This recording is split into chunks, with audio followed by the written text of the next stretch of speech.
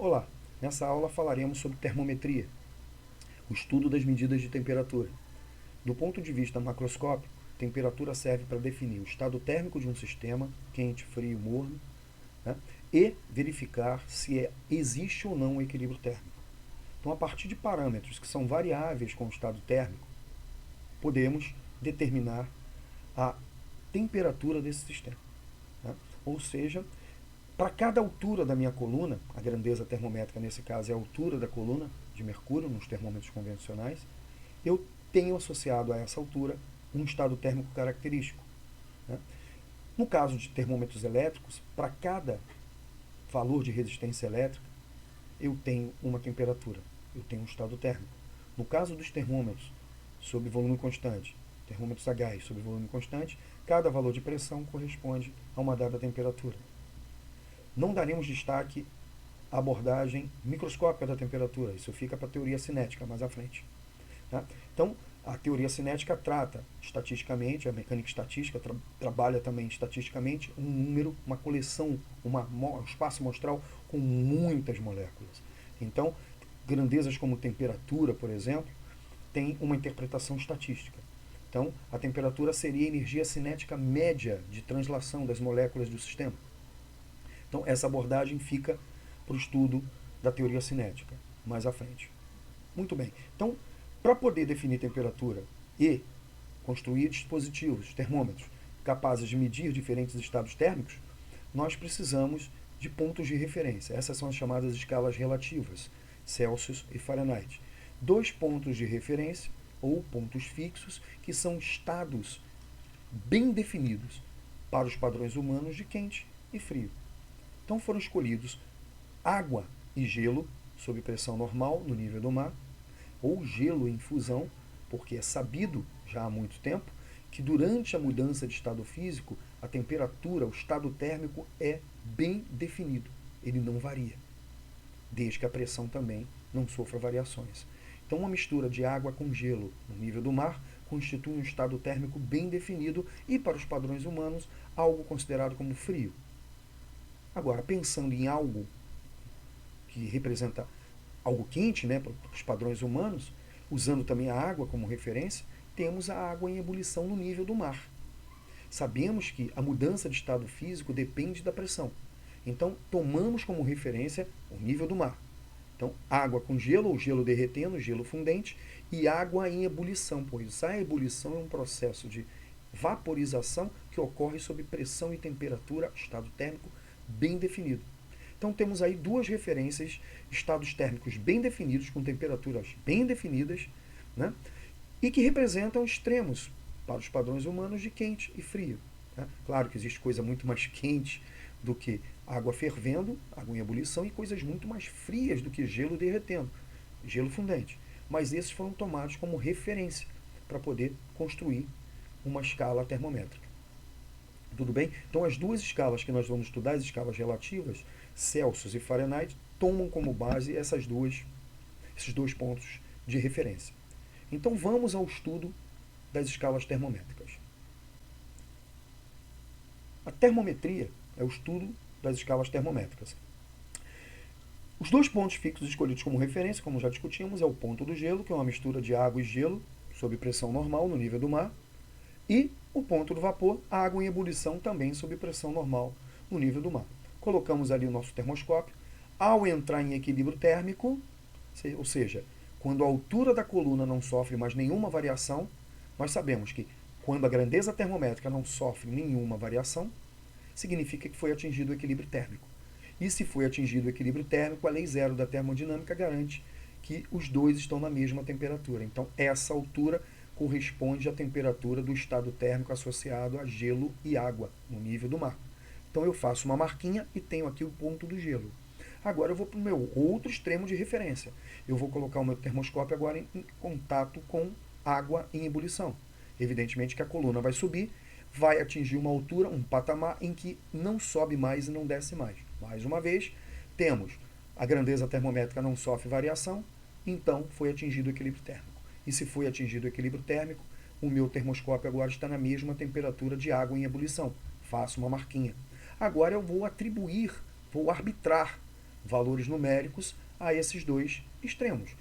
E foi isso que foi feito praticamente durante todo o século XVIII. No início do século XVIII, boa parte do século XVIII, chegou ao ponto da Europa ter mais de 3 dezenas de escalas termométricas. Mas vamos às mais importantes no nosso caso. Né? No caso, a escala Celsius e a escala Fahrenheit. Na escala Celsius, para o ponto do gelo foi atribuído o valor zero, arbitrado o valor zero, e para o ponto do vapor foi arbitrado o valor 100. Na escala Fahrenheit, no intuito de obter a temperatura para o corpo humano em torno de 100 na sua escala, o Gabriel Fahrenheit, na Alemanha, atribuiu o valor 32 para o ponto do gelo e o valor 212 para o ponto do vapor. Tá? Então, a escala Celsius tem uma variação de 100, né? De 0 a 100 temos uma variação de 100. E já a escala Fahrenheit, ela não é centesimal. Ela é dividida em 180 partes iguais para poder definir o grau Fahrenheit. Para poder definir o grau Celsius, eu fiz uma divisão de 100 partes iguais. Então, temos 100 para 180. Muito bem. Como essa relação deve ser uma relação linear, cada variação do lado de cá, em termos de comprimento, tem que corresponder a uma variação do lado de cá. Então, essa relação linear vai nos dar que esse segmento está para este segmento, assim como este segmento está para este segmento. Então, esse pedaço vale Celsius menos 0, Celsius. Esse pedaço vale 100 menos 0, 100. Assim como, ou seja, igual, a Fahrenheit menos 32, que é o tamanho desse segmento, está para 212 menos 32. Então, teremos aqui Celsius sobre 100 é igual a Fahrenheit menos 32 sobre 180. Dividindo ambos os denominadores por 20, teremos uma relação bem conhecida entre as escalas Celsius e Fahrenheit. Celsius dividido por 5 é igual a Fahrenheit menos 32 sobre 9. Ou de uma forma funcional, né? Se passarmos esse 9 multiplicando, teremos 9 quintos de Celsius. 9 quintos, 1,8. Então, 1,8 Celsius somado com 32 é a temperatura em Fahrenheit. Então, a temperatura em Fahrenheit pode ser obtida multiplicando o valor em Celsius por 1,8 e somando o resultado com 32. Um teste. Celsius igual a 100. 100 vezes 1,8, 180. Mais 32, 212. Celsius igual a 0. 0 vezes 1,8, 0 mais 32, 32. Então, essa é a relação entre as escalas Celsius e Fahrenheit. Bom, para cada 100 graus que temos na escala Celsius, temos 180 na escala Fahrenheit. Então, temos 100 para 180, assim como temos 10 para 18, assim como temos 1 para 1,8. 1,8 é 1,8 vezes maior que 1. Então, cada variação unitária em Celsius corresponde a 1,8 de variação em Fahrenheit. Então, a variação em Fahrenheit, aqui embaixo, ó, é 1,8 vezes a variação em Celsius. Então, se eu estiver usando o termômetro em Celsius e ele me indicar uma variação, quando falamos em variação, estamos falando em aumento, diminuição.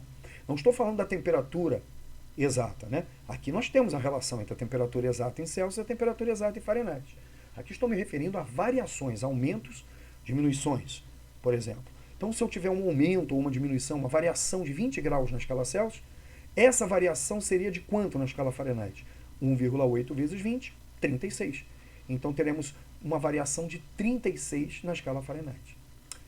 Muito bem. A escala absoluta de temperatura, a escala Kelvin, os valores para o ponto do gelo e para o ponto do vapor não foram arbitrados, né? Mais tarde, no estudo dos gases, quando estivermos falando do estudo dos gases e falando da dilatação térmica dos gases, chega-se à conclusão que, se extrapolarmos o comportamento de todos os gases, eles têm um comportamento muito parecido no limite, quando o volume ocupado por eles tende a zero. Então, todos eles vão concordar com uma temperatura na escala Celsius de cerca de 273,15.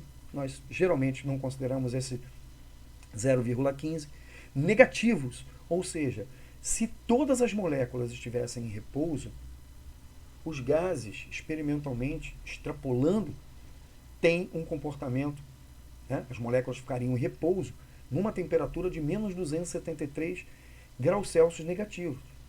Para tornar a relação entre volume e temperatura linear, ou seja, uma relação diretamente proporcional, na verdade, nós mudamos a escala de menos 273 para um zero, definimos um zero de uma outra escala, que é a chamada escala absoluta ou escala Kelvin. Então, a escala absoluta de temperatura é a escala Kelvin.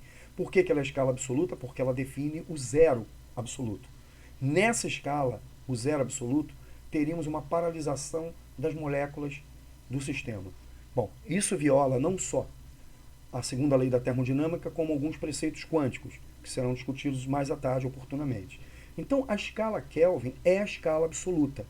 Então, eu estou usando para a escala Kelvin o símbolo T maiúsculo para diferenciar das escalas relativas, em que eu uso aqui a letra grega θ. Então, esse T maiúsculo representa a temperatura na escala Kelvin, a escala absoluta de temperatura, pois define o zero absoluto. Então, para que isso ocorra, no ponto do gelo teremos 273 kelvins, não menos, 273 kelvins, que corresponde ao 0 Celsius, que corresponde ao 32 Fahrenheit. Fazendo uma subdivisão também centesimal, para definir o Kelvin, né, a partir do chamado ponto triplo, uma outra discussão à frente, teremos 273 para o ponto do gelo e 373 para o ponto do vapor. Então, teremos aqui na relação entre Celsius e Kelvin, Celsius menos 0 está para T menos 273, assim como 100 menos 0 está para 373 menos 273, que também é 100. Então, o que sobra? Celsius é igual a Kelvin menos 273. Né? Então, repare que se eu colocar 0 Kelvin, que é o zero absoluto, eu vou obter menos 273 Celsius. Então, a temperatura limite inferior da escala Celsius é menos 273. Substituindo esse valor nessa relação, 1,8 vezes menos 273 mais 32, teremos a temperatura correspondente ao zero absoluto na escala Fahrenheit, menos 459,4 graus Fahrenheit. Essa é a temperatura limite inferior na escala Fahrenheit. Essa é a temperatura limite inferior na escala Celsius. Você pode obter temperaturas limites inferiores em qualquer outra escala, sempre em referência ao zero da escala Kelvin, que define o zero absoluto. Então, se você estiver assistindo um documentário em que se trata de um experimento de criogenia, por exemplo, e alguém menciona que foram atingidas temperaturas em torno de menos 300, sem fazer referência a nenhuma escala, evidentemente que esses menos 300 não pode ser a escala Kelvin, porque a temperatura mais baixa na escala Kelvin é zero, não existe temperatura negativa na escala Kelvin. Não pode ser Celsius, pois a mais baixa na escala Celsius é menos 273. Então, esses 300 referidos no documentário só pode se tratar da escala Fahrenheit, que é utilizada na maior parte, se não todos os países de língua inglesa. Então, pessoal, essa é a relação entre as escalas Celsius e Fahrenheit, essa é a relação entre as escalas Kelvin e Celsius, e para cada 100 Celsius eu não tenho 100 Kelvins, então eu tenho 10 para 10, 1 para 1. Ou seja, a variação em Celsius corresponde à variação em Kelvin. Então, a variação em Fahrenheit, além de ser 1,8 vezes a variação em Celsius, também é 1,8 vezes a variação em Kelvin. Tudo bem? Então, essas relações serão muito utilizadas, principalmente em termodinâmica e no estudo dos gases, em que nós assimilamos apenas a temperatura, as equações, as leis gerais, todas são expressas em temperaturas na escala Kelvin. Então, a termometria serve basicamente nesse reconhecimento. Então, é a relação em Celsius e Fahrenheit, a relação em Kelvin e Celsius. Essas são as relações mais importantes no estudo da termometria. Tudo bem? Então, pessoal, nessa aulinha de termometria, nós relembramos as ideias básicas sobre construção de escalas termométricas e suas relações. Essas relações devem ser muito bem entendidas. Mais tarde, nós usaremos muito essas relações no estudo dos gases e na termodinâmica. Um abraço e até a próxima aula.